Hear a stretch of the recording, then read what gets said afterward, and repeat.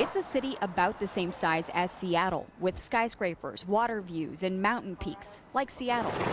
But Vancouver, British Columbia is now more affordable than Seattle. It's the place to be right now. I mean, your dollar's going to go so far. Because the Canadian dollar, the loonie, isn't going far at all.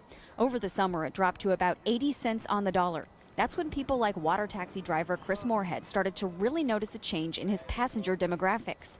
And this winter, the shift has been even more significant. I probably have a good 30–40% of Americans, and which is quite a bit because usually at this time of year, it's only foot passengers that use it every day that are locals. This is the best exchange rate for Americans in more than 10 years. Some experts predict that by the end of 2016, the Canadian dollar will be worth less than 60 cents American. Good news for tourists, good news for the Canadian tourism industry. We've noticed it certainly through 2015. Vancouver's president of tourism says the number of Americans visiting the city last year was up 10% from the year before, and they're expecting a similar jump in 2016.